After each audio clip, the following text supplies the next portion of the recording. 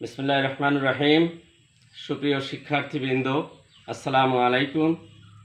আমি মোহাম্মদ আনিসুজ্জামান, সহকারী শিক্ষক, বিসি ভাষা মাধ্যমিক বিদ্যালয়। অনলাইন ক্লাসে তোমাদেরকে স্বাগত জানাচ্ছি। আজকে আমি যে বিষয়ের উপরে তোমাদের পাঠ নিতে যাচ্ছি এটি হলো বীজগণিতিক রাশির গুণ। বীজগণিতিক রাশির গুণ, গুণের বিনিময় বিধি, গুণের সংযোগ বিধি, গুণের সূচক বিধি, এই বিষয়গুলো নিয়ে আলোচনা করব। আশা করি তোমরা খাতা কলম নিয়ে রেডি হয়েছো। এবারে আমি ক্লাস শুরু করতে যাচ্ছি। দেখো, বীজগণিতীয় রাশি যদি গুণ করতে হয় তাহলে আমাদের কিছু বিষয় অবশ্যই জানতে হবে। প্রথমে আমরা বোর্ডের দিকে ফলো করো। গুণের বিনিময় বিধি। এখানে আমরা যে জিনিসটা জানি, অর্থাৎ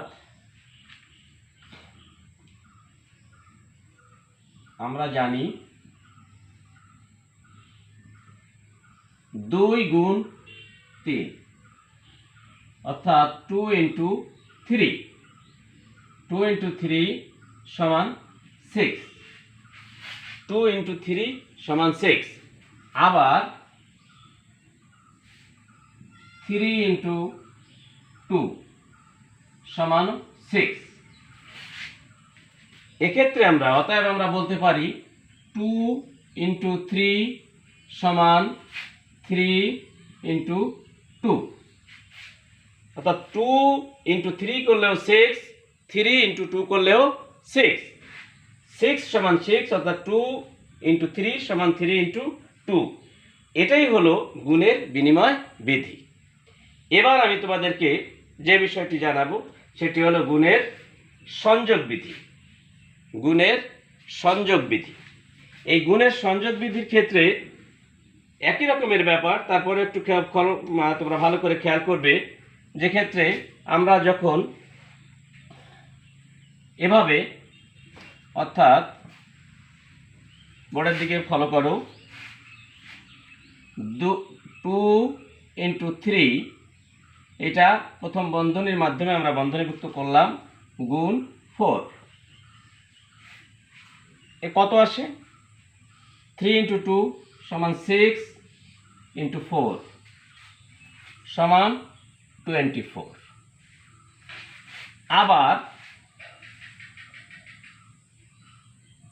আবার যদি আমরা এভাবে করি, 2 × ফার্স্ট ব্র্যাকেট 3 × 4 সমান 2 × 12 = 24। অতএব 2 × 3 ফার্স্ট ব্র্যাকেট × 4 =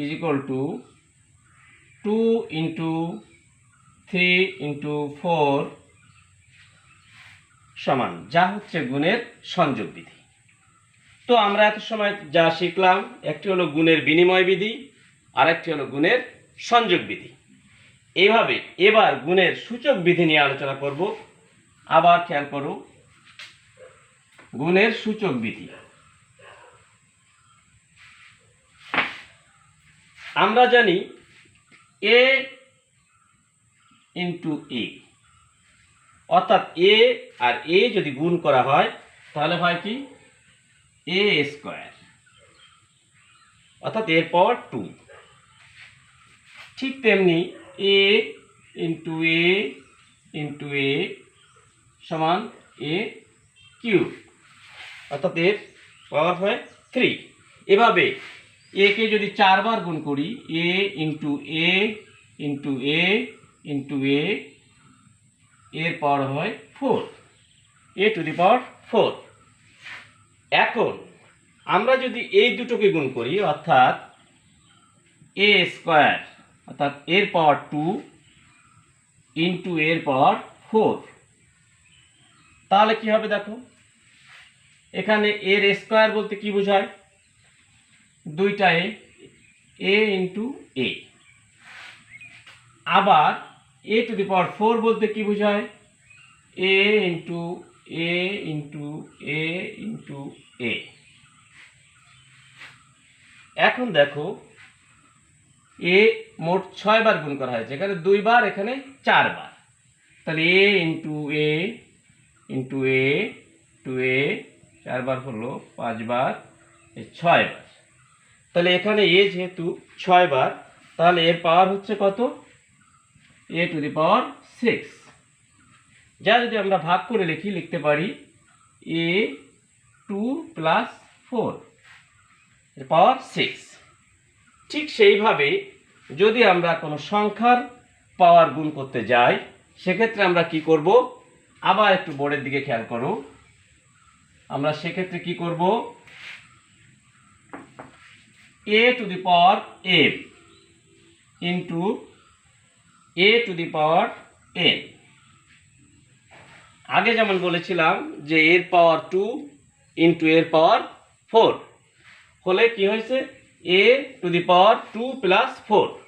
এখানে যেহেতু a to the power m into a to the power n, পাওয়ারের পরে যখন আমরা যোগ করব তখন আসবে কি? A to the power m plus n।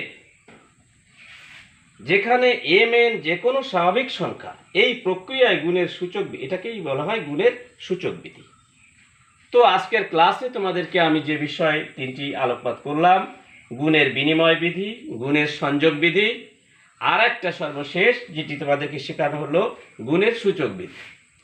এই 3টি বিষয় যদি তোমরা বুঝে থাকো, আগামী ক্লাসে আমরা চেষ্টা করব কিভাবে এই বীজগণিতিক রাশির এই সংযোগ বিধি, বিনিময় বিধি এবং সূচক বিধি প্রয়োগ করে আমরা রাশির গুণফল বের করতে পারি। এই করোনাকালীন পরিস্থিতিতে তোমরা যার যার ঘরে বসে থাকবে। গভর্নমেন্ট যেভাবে নির্দেশনা দিয়েছে, আমরা যেভাবে বলি সেভাবে চলার চেষ্টা করবে। বাইরে বেরোবে না। বাইরে যদি কোনো নিত্য প্রয়োজনে বের হও, সেক্ষেত্রে তোমরা অবশ্যই মাস্ক পরিধান করবে এবং সামাজিক দূরত্ব বজায় রাখার চেষ্টা করবে। আশা করি তোমরা ভালো আছো এবং ভালো থাকবে, এই শুভকামনা রেখে আজকের মতো এই ক্লাস বন্ধ করতেছি, আজকের মতো অফ রাখতেছি এবং আগামী ক্লাসে আবারও তোমাদেরকে স্বাগত জানিয়ে আমি এখানেই শেষ করছি। আল্লাহ হাফেজ।